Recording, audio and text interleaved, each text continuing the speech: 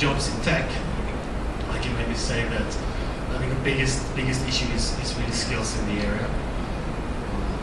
Like you've touched on a couple of times, the funding is there, the interest is there, there's projects people want to do, there's a huge lack of skills.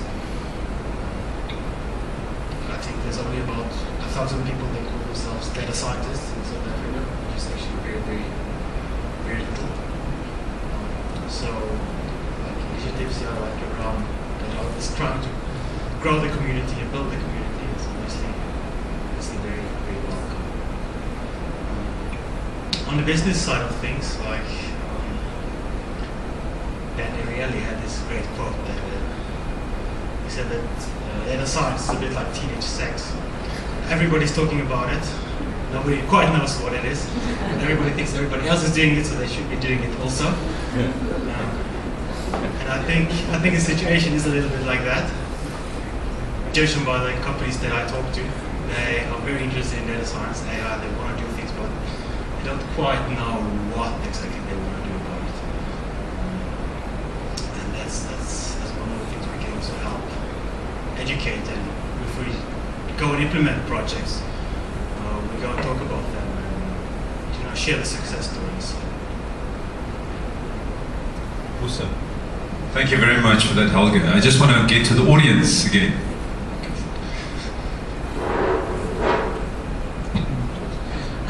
So you'll pick up just by listening to me talk for a couple of seconds that I'm American. But I've been living... Happy 4th of July. Thanks. But I've been living here in the Western Cape for the past 3.5 years, and what's been strikingly apparent to me is this notion of innovation born from necessity, and the fact that some of the hottest startups, let's say in the US, is like the next best photo sharing app. Do we need more of that shit? I don't think so. Pardon my language. But whereas, on this continent, some of the hottest startups are solving real world problems. And so that leads to my question around SDGs, which is the language of nonprofits, academics, which in my mind is sort of this hard line between the language that the corporates and the businesses speak. And do we need a new model, or is there an opportunity to create a common language so that it's not you're on this side and your goals are X, Y, Z around SDGs versus you're on this side of the plane and it's all about your profits and revenues. It just seems like there's an opportunity, given that the goals are converging around what we want to achieve, and should there not be a shared language, should there not be a shared model where funding comes from the conversation around funding and the conversation around resources comes from the same place. I don't know if that makes any sense. Can I take that? It makes a lot of sense, and I've got feedback, but I know Oni's got maybe better feedback. I was super embarrassingly interviewed by friends of mine for a paper about 2 years ago, right after the SDGs came out, about 6 months after. And they replaced the MDGs, the Millennium Development Goals, which were by and large pretty much a failure. And so she interviewed me and she said, are investors and corporates, taking up this banner of SDGs? And I said, absolutely not. No one's talking about them. Like, it's not a thing. No one's adapting them. And so this went into this paper. And I have to say now, hey, that's really embarrassing, and I hate that that's in print, because 2.5 years after really the adoption of the SDGs, it's a common language, actually. I have to say, the MDGs were not. Those of you, probably no one has actually heard of the MDGs, Millennium Development Goals, because they were not talked about. For some reason that I don't actually know, the SDGs are starting to be, if you look in corporate reports, you're starting to see them in corporate financial reports, you're starting to see them in financials of the top investment firms in the world. So I think you're right, we actually needed a new common language, and for better or for worse, and I do think for better, the Sustainable Development Goals have become something that have become a common language. No one knows the 17. I can't even name all 17.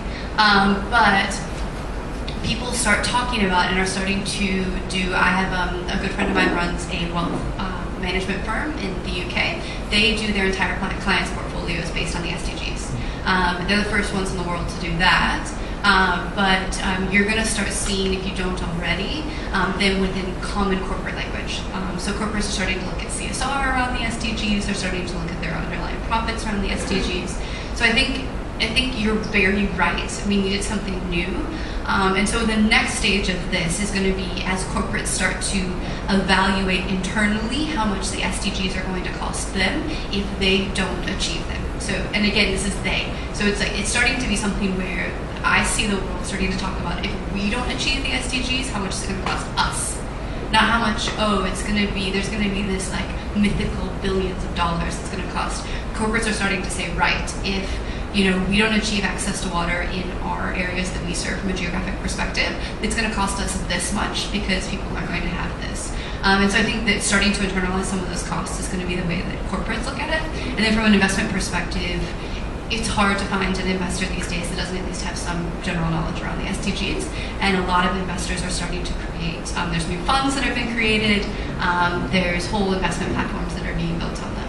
So it's not saying it's all hunky-dory and everyone's holding hands and singing Kumbaya, but I much more so than any other type of development language is there starting to be an adoption. And I think it's good. I mean, some of them are fluffy, but it's good. Yeah, please.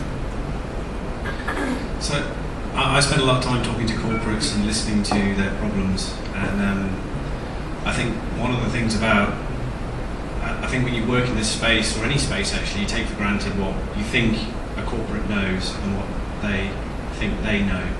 And to use a Donald Rumsfeld, a lot of corporates don't know what they don't know.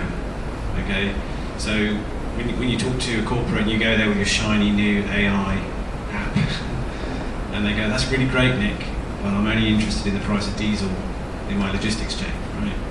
And I'm quoting from having a meeting with quite a large retailer here about that, and that very discussion. So you go in with your big bang, we're going to save planet or whatever app using data science and whatever thing it is, and actually the corporates are like years kind of accept they're dinosaurs and they're worried about all these other things because their supply chain can't break and it's got to do da-da-da-da. So it's how do you get their attention? They're not dinosaurs, they just have a different set of things that they worry about. Yeah, exactly. So how do you get their attention to have that conversation? Do you get them out, step out of the office and go to a hotel in the waterfront and talk about these things? Yeah.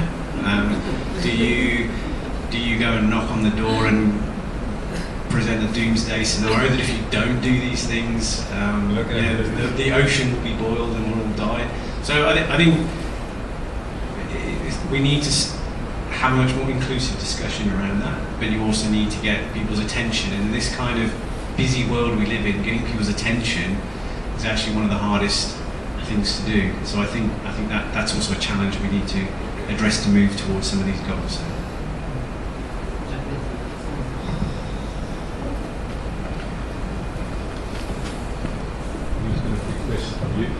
I'd love to jump in. My name is Lloyd. I'm here with Robin. We're from a version 2 startup called ReportFast, which is very related to what this last conversation is about. ReportFast guides companies through the reporting process, from resource management reports, carbon footprint, sustainability reports, and integrated reports. And so my question was going to be, which I think Nick was also asking us back in a way, was going to be, so in our experience, there are 3 drivers of sustainability. There's values, which is let's do it because it's the right thing to do. There's compliance, let's do it because we have to do it. And then there's the business case, which is let's do it because it's good for business. We're finding that the strongest emerging driver is the business case. And not surprised. It used to be compliance, and it still is a great force. Sustainable stock exchanges are mandating reporting, and that's driving a culture of transparency and accountability. But if you're talking about sustainable development goals, to me the gap is about how to translate the business case into those outcomes. And my question for the panel is, how can AI do that? Okay, let's take that one.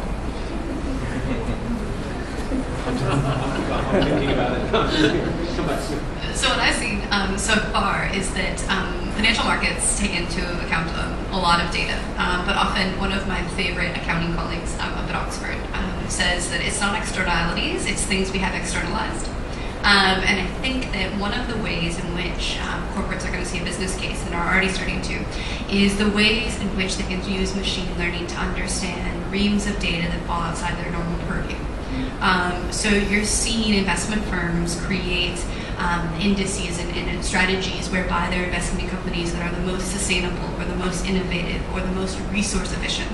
And they're creating alpha, which in the financial world means to have returns above the market. And so then corporates see that. And they say, oh, well, what other data should we be thinking about that we're not already thinking about?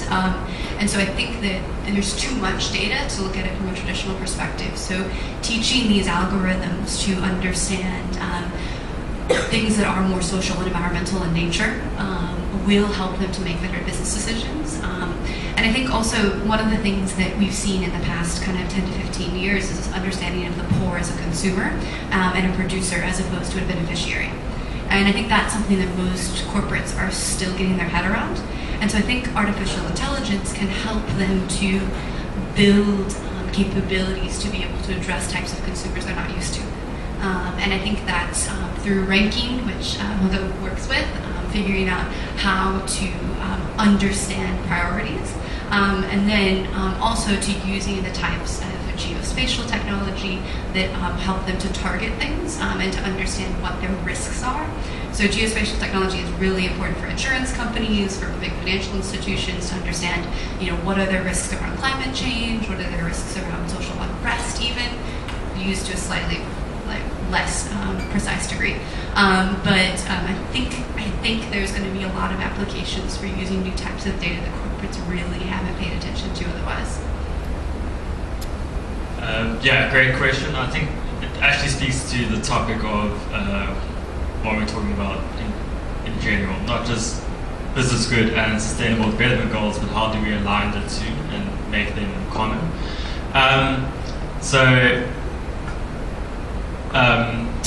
I won't name the company, but I did a project for business, and turned out they were using something for 3 years that was based on data 2 years previous to when they started it. So it hadn't changed in 5 years, but it probably should have, right? So I think AI is going to enable this continuous engagement with data, and or continuous data, if you were. And I think a lot of this social consciousness is being driven by millennials, younger generations, but and that of course feeds back into older generations as well. There's a whole bunch of back and forth, so I won't say specific age groups per se. But what that really means is that you need to tap into what's going on at the moment, and what is true now is not going to be true next year. And so I think AI is going to empower this feedback into, okay, what do people want now, and what are they going to want, to try to predict that, but more importantly, you can tap in to see what they want in a somewhat continuous fashion. And considering that people are becoming socially conscious, more socially conscious at least in the past few decades, I think that it's going to be more and more in line with the Sustainable Development Goals. So businesses see that a lot of their underlying data for their customers happens to be in line with social consciousness of the Sustainable Development Goals, then they should align their business drives with those goals through the customers, essentially. So it'd be an indirect, but the way AI empowers that is providing a continuous feedback with the underlying consumer data. Does that kind of make sense? Just a point there, basically. So with our work with government, basically, there's been a huge drive for open data, and we push it hard because every time we get appointed on a project, we're regurgitating the same data from scratch and not evolving it to the next level. I think that needs to be pushed harder from a bottom-up perspective, where the people living in the metropolitans and the towns are pushing for the data to be opened. Through that, you're going to find more collaboration within the corporates, where they will have access to information to make better decisions going forward that impacts their business case. At the same time, too, it impacts the people living in the metropolitans basically directly, where they can see through open transition, basically they can see what is actually the decisions being made. For a long time, appointments are being made to corporate environments to do work within government, and they hold a bit of a stronghold over the company because no one else can do it, and they keep the data and their methods basically in a proprietary format, which is not open and lacks development that way because they want to keep control of it.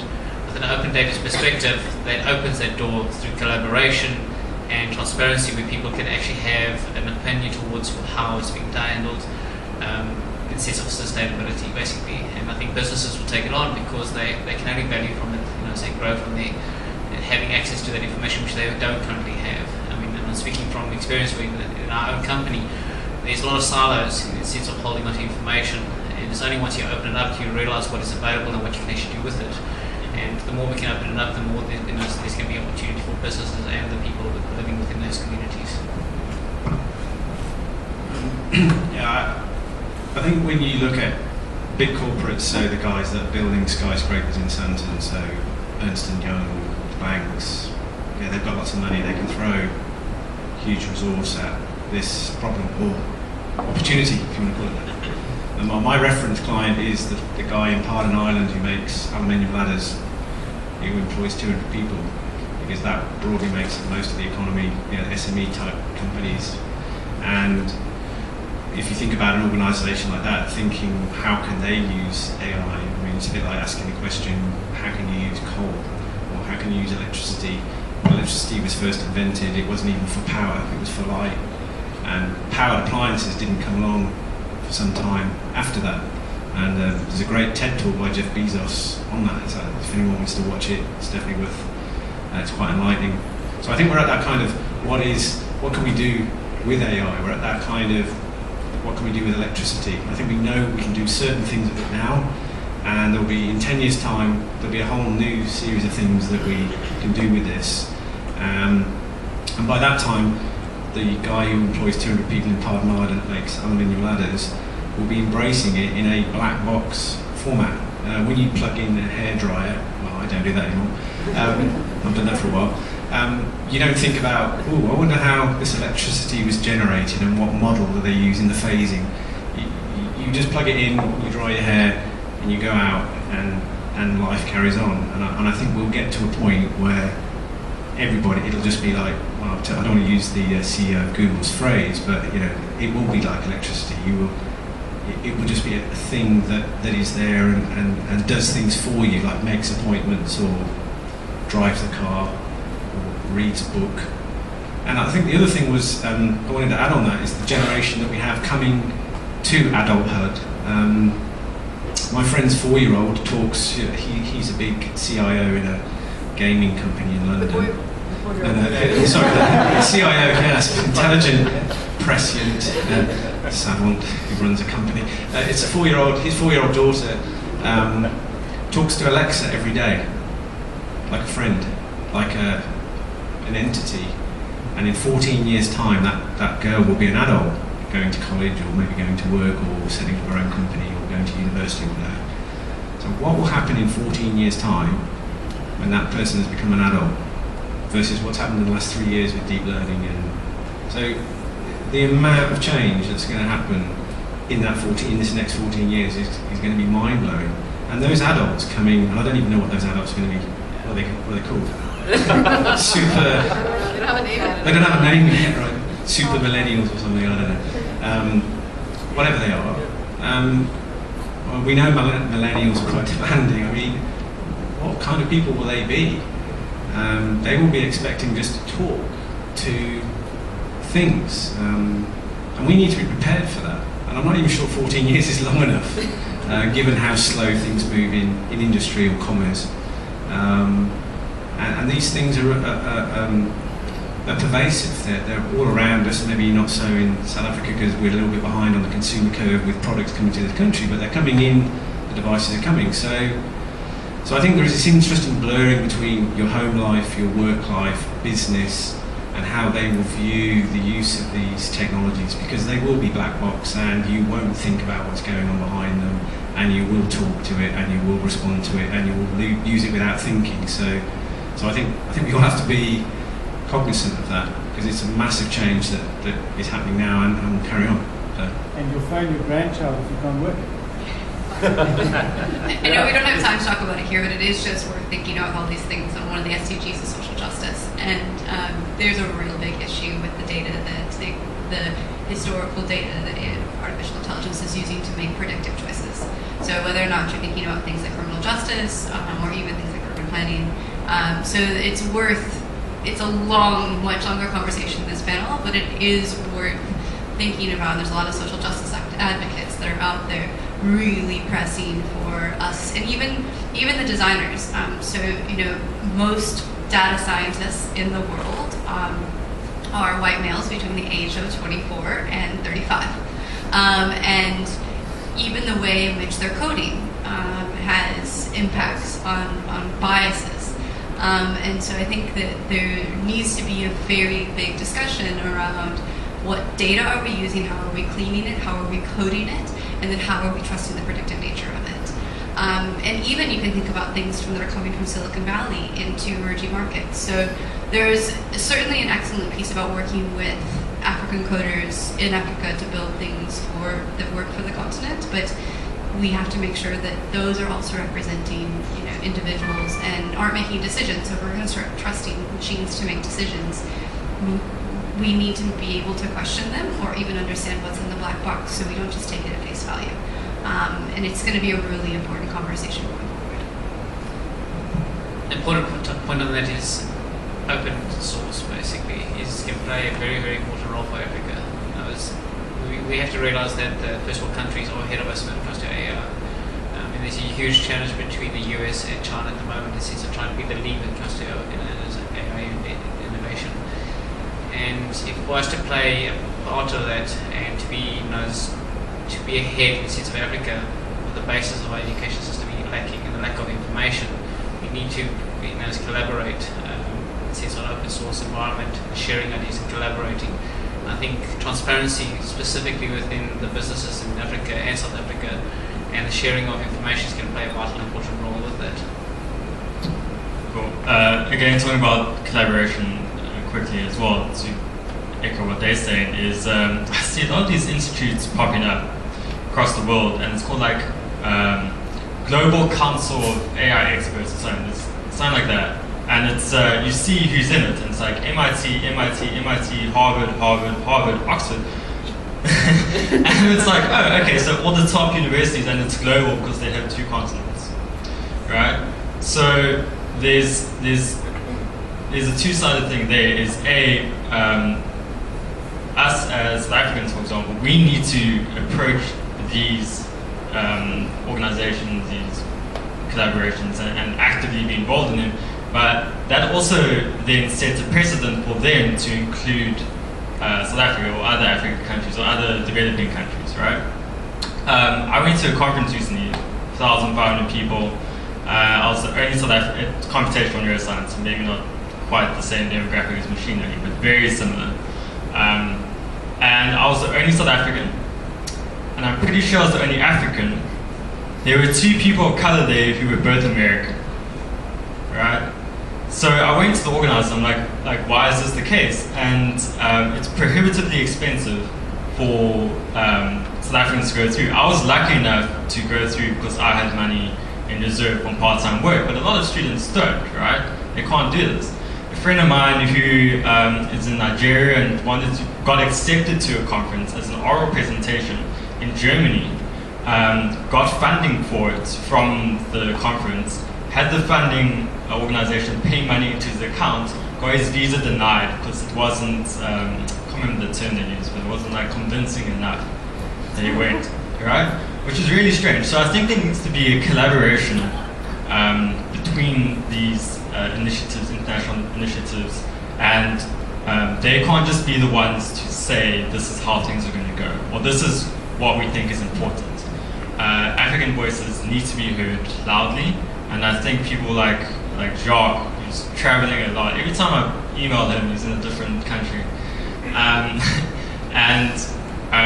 it's ultimately regardless of skin color, who building these initiatives. I'm very consciously aware that I'm a white male between 24 and 35. Sorry, you are good. But I make a point to tell other people, look, you need to grow it in general and focus on where you need to. And I think being aware is important as well, and I think collaboration needs to be done more proactively. Absolutely. It would be totally better for people that were, it looks like you like that. Could I just add on that point there, Jacques? Just quickly, there is a lot of interest from external agencies in South Africa and Africa and what's going on here. I mean, I just somehow got invited to brief the Swiss delegation on the AI landscape in Africa by a lady that just rang me up randomly, and I'm still not sure how that happened. But there are, I think again it goes back to kind of assumptions and understanding what is going on dynamically. There are a lot of countries interested in collaborating, but it's actually trying to tap into understanding who they are and then who is the right person to speak to, because trust me, this is a full-time job for me at the moment, and it is difficult. Now, we have the UK DIT presenting at the Expo, and they are proactively trying to encourage people to go to the UK to do data science, blockchain and fintech, and it's fully funded, and they want to share that with you, and they've got millions and millions of pounds to spend on that. But again, how do you translate someone turning up at a show for 30 minutes to tell you about this initiative into something concrete? So I think that, and just on that other one last point, I bumped into a guy at the Indaba X, and he was just sort of creeping around the edges, and he's an American guy, and ex-investor, and sort of smartly dressed, so he stood out a little bit in a student crowd. And I said, what the hell are you doing here? And he says, I'm looking for talent. And I'm here to invest in social good programs. And he's just shuffling around and chatting to people. So there are people here looking and talking and wanting to collaborate. But part of it's serendipity. You'll meet them by accident in the edge of Indaba at the coffee urn. Or they're quite large and you can try and tap into them, but it will require time and effort to track the right person down and then make that happen. So again, we're trying to connect people up in our community to these opportunities. We're hoping the Swiss ambassador will be at our event as well, and the UK Consular General, and we are trying to make these things happen. So watch our announcements on that. Just quickly on that, by the way, it's getting late as well, so we're probably going to finish up with a few questions there as well. I just want to quickly comment, Chris, you mentioned, well, I think everybody talked about inclusion, like Uni as well specifically.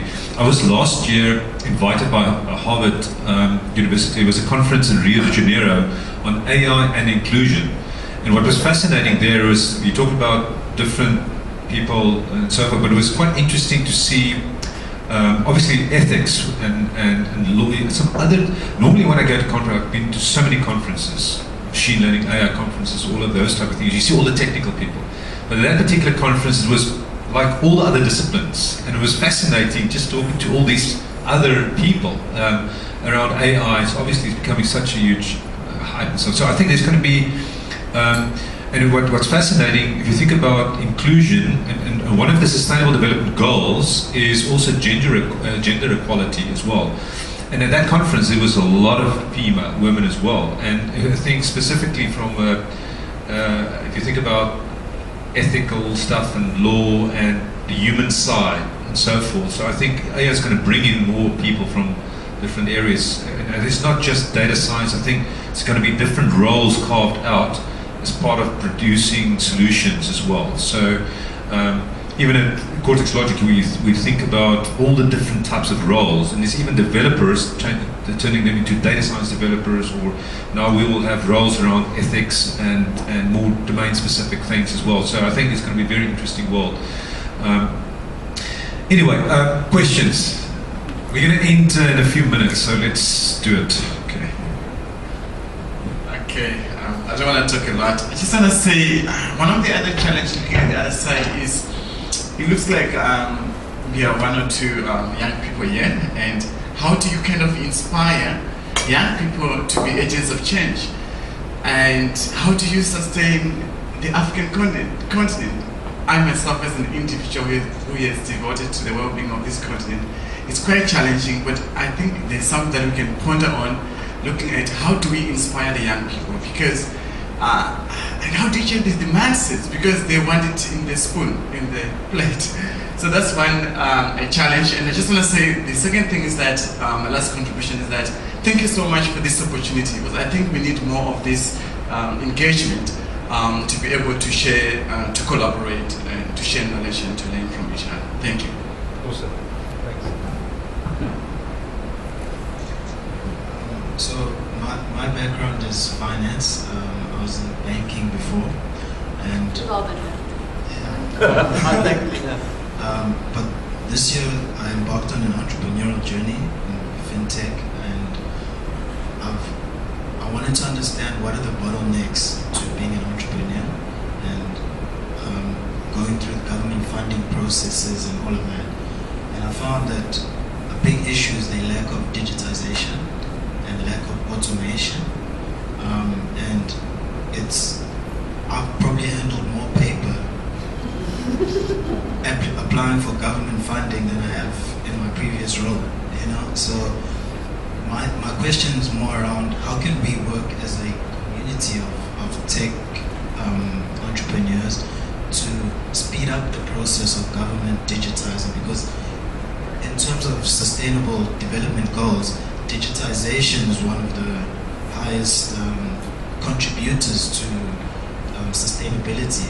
So in essence, we collectively need to push governments to speed up the digitization process, essentially. Can I answer that one? I actually have an answer for you. I wanted to understand. I want you to start doing it. And then on that open data portal,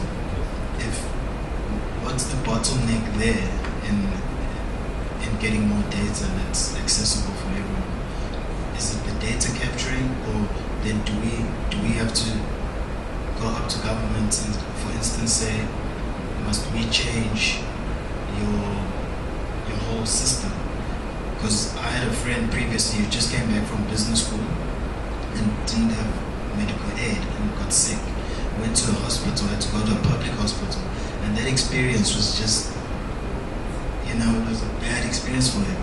And that's these issues of lack of automation, lack of digitization, getting misdiagnosed there, all these issues. So it's more just, I think, sorry, because you, yeah, and Nick, you started the AI Expo event, which is going to create this channel to communicate. I think it's quite important that the community pushes this digitization of government. So I think we should start a... Fully agree. There's a... Let me give you a mic. Okay.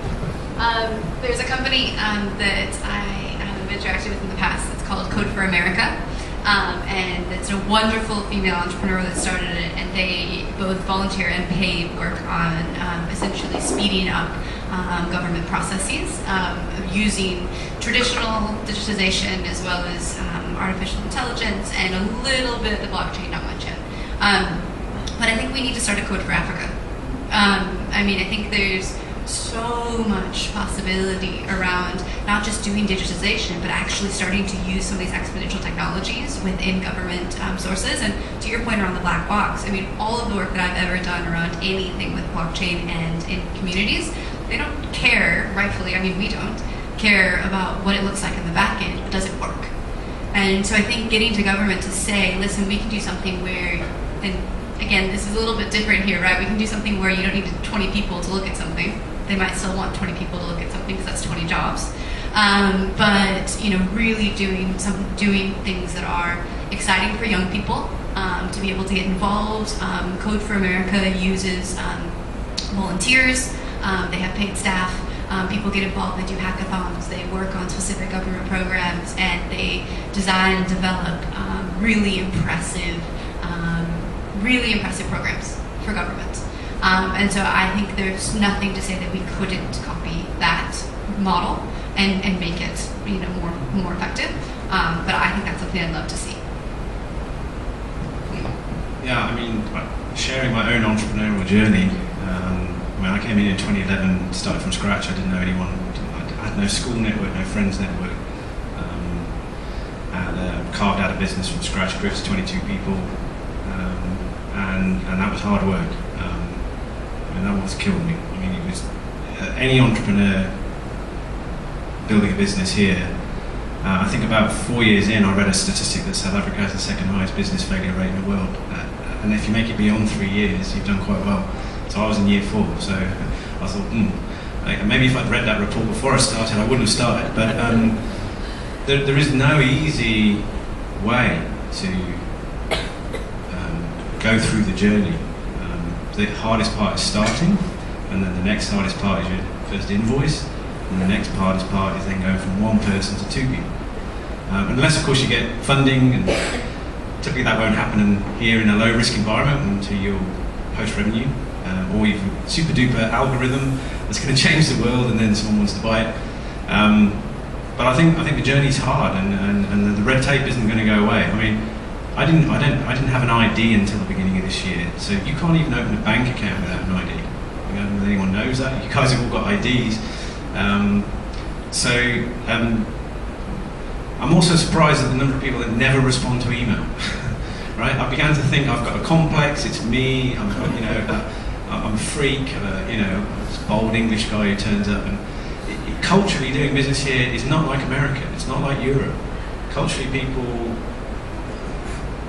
when they're running a business, they've got 2 other businesses going on the side. A business is a side job. I think to be a successful entrepreneur, it should be your only focus. You should only have one business because you need to focus on it. And the journey to exit is not, it can be planned, and in our case it was accidental. We were trying to partner and grow our business, and the partner wanted to buy us. That wasn't in the plan. So I think it's a kind of serendipitous journey which isn't easy, and you've got to stick at it, and the red tape isn't going to disappear. And can you go to government and get rid of that? Good luck. I don't think it's going to happen for a while. I just want to comment on the other one is also red tape, but also the discipline, because entrepreneurs like discipline. They become too comfortable and then they start partying and not focus on the business. So I think the other one is discipline from us as individuals. So a suggestion that I have to the community is, why is it that we don't open AI and crowdsource it, basically using blockchain? So the problems that we have, and which we foresee we have basically within local government, sense of digitalization, we can drive it basically from an open AI's perspective. It forces government to look at it basically because of the cost, and it also removes the sense of transparency, ensuring that people are all, everyone's basically included in the sense of it's not exclusive only to the bigger corporates at the end of the day.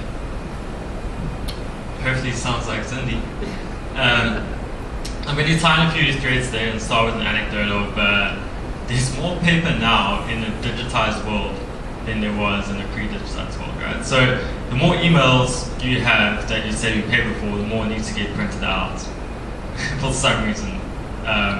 It's a really strange type of circumstance. So it's kind of like this counterintuitive effect of if you digitize more things, you're actually going to use more paper.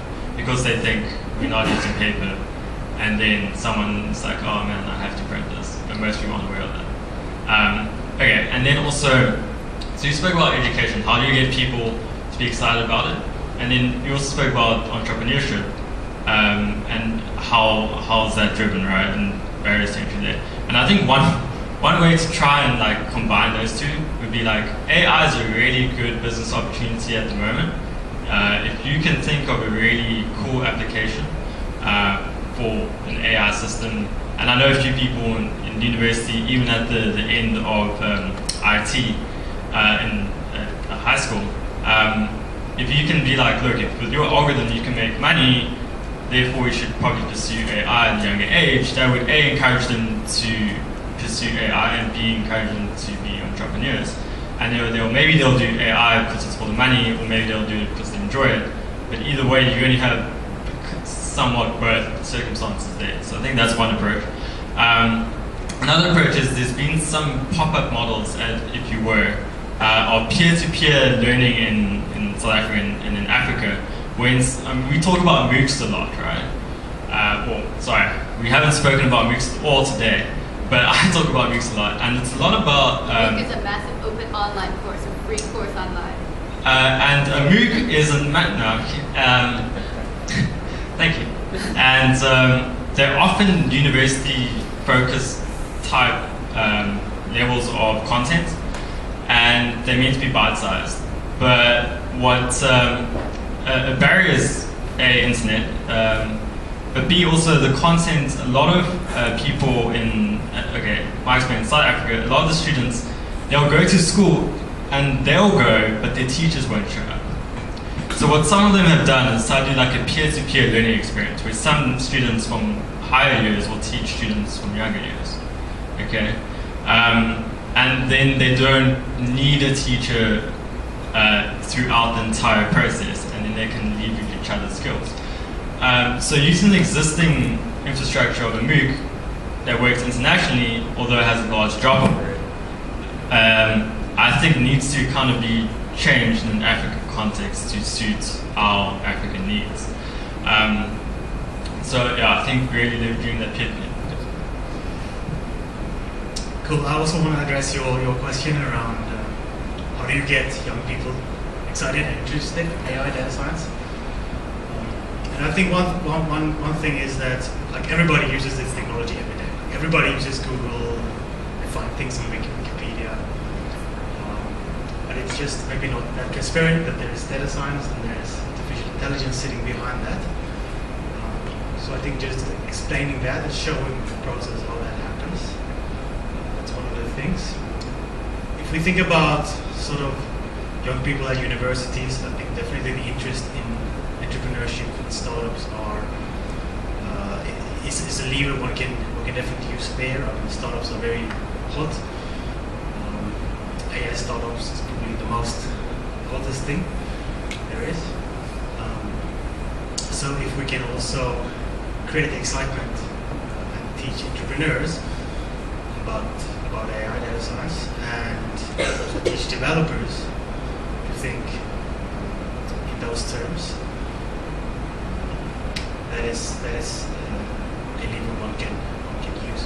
Just to go back to that, this lady at the bank's question initially about a sort of Silicon Valley type startup. A lot of them are kind of sort of marginal improvements of things that already exist. Uber is basically a slightly more convenient way to get a taxi. Order food online is slightly more convenient to even going to the store. But if you worry about where kind of your next meal is going to come from, probably that is not your sort of biggest concern. So I'm going also towards the fintech and those type of things. Like there's a lot of companies that are doing innovative work in the data science space there. Like a problem that a lot of people have is just getting access to credit, because people don't have bank accounts, they don't have credit records. All the traditional sort of methodologies in giving credit are based on official credit records. So there's companies that are looking at using your cell phone data to give you credit. So if you regularly pay your cell phone bills and regularly buy airtime, you have a lot higher chance of being credit worthy. And so just based on that data alone, you can say, okay, we can issue you with a loan. And that is obviously something that can impact a lot of people. Somebody wouldn't otherwise be able to get a loan, can get one and be able to start their own business.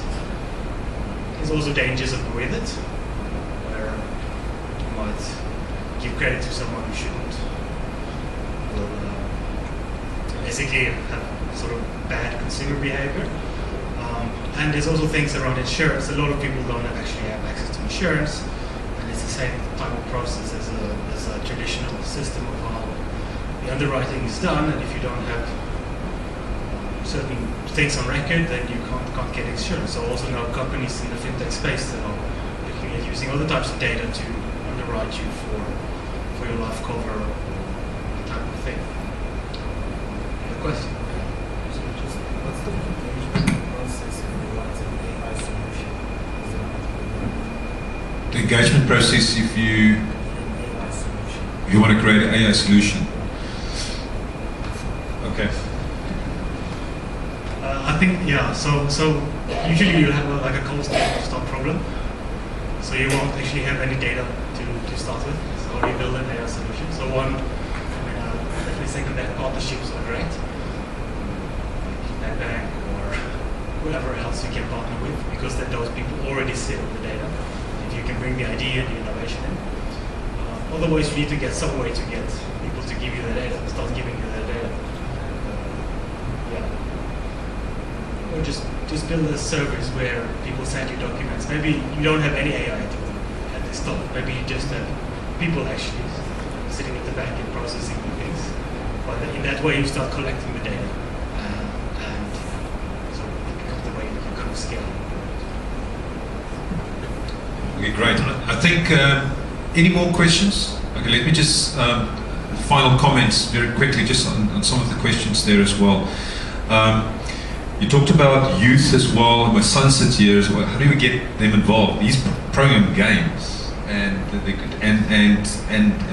I think that's an interesting way of getting them involved. I just exposed him a few years ago, and now he's doing his own thing. He can learn on YouTube and the internet. I don't need to teach him. He can show me now some stuff there. So, but again, access to the internet. You need to open it up. You need to have access to gaming environments, whatever. So that's important. Anyway, just on entrepreneurship, Elon Musk has got the saying, when you look at an entrepreneur, it's like looking into an abyss and chewing glass. Well, when you build business, and there's a few people that's building businesses. I've built, well, Philip also knows about C-Sense, and I'm building Cortex Logic now as well. So you're going through that. Obviously, you can leverage the experience, the network, the skill, everything there. You've got to know your market, your customer. We live in a very different world to even the 2000s and before. It's the age of platform businesses. When I was at Techstars last year, I was a mentor for some of these. There's a lot of fintech startups, and literally all of those, the 10 that were selected, they were all data-driven platform businesses. And immediately, do they have the skills to actually manipulate the data, to actually operationalize AI, to create end-to-end solutions? And it was kind of, there was a few of them that was more AI companies as well, that helps, and they've got some data science, but a lot of them don't have those skills. So you need to have those skills. So skills are very important. So you've got to have the right people to implement, to operationalize. And what we do, even with corporates, and I think we talked about, I think they struggle with silos. They struggle with they struggle to operationalize. There's some guidance needed there. Only you talked about enrichment as well. So that's a further step. But they already struggle with the data that they've got available. They maybe get data from TransUnion and there, but when they send out offers to customers, it's not connected to data at all. They don't have a 360-degree view of the customer. Well, that's like a vision. It's not real. So most companies, most customer-facing companies are really struggling with that. So the broader vision is to obviously have rapid access to all available data, structured and unstructured. And if you think about the machine learning toolboxes that we've got now, we've got deep learning, we've got all these techniques that can deal with audio, video, text. So not only the typical numerical data, there's a slide that I sometimes show where you see data being generated at exponential rate, you see data utilization at linear rate. That gap is increasing. And now we've got IoT, and the world is being instrumented more. So we're working with a bunch of corporates, and one of the corporates, they actually want to look at the whole value chain, and they want to simulate the whole value chain and stuff, and that's the potential. So, but to do that, you need to instrument the business on all ends. People, customers, you need to have a lot of IoT devices, and then you create an incredible situation where you can unlock value. But, okay, I think we're going to conclude here because we set 8 o'clock and it's, so I would just want to thank everyone for your participation. It was really good. We are going to share this. I'm also going to share the initial presentation. And thank you very much for your participation. So there's time afterwards. I think there's some food still and drinks, I'm not sure. I just want to thank LaunchLab specifically. I think you guys were awesome. We had some great events here in the past. And the quality of discussion, I want to thank the panel. All of you, is high quality inputs. And we can just say thanks to the panel here as well. Awesome. Thank you very much. Have a good night.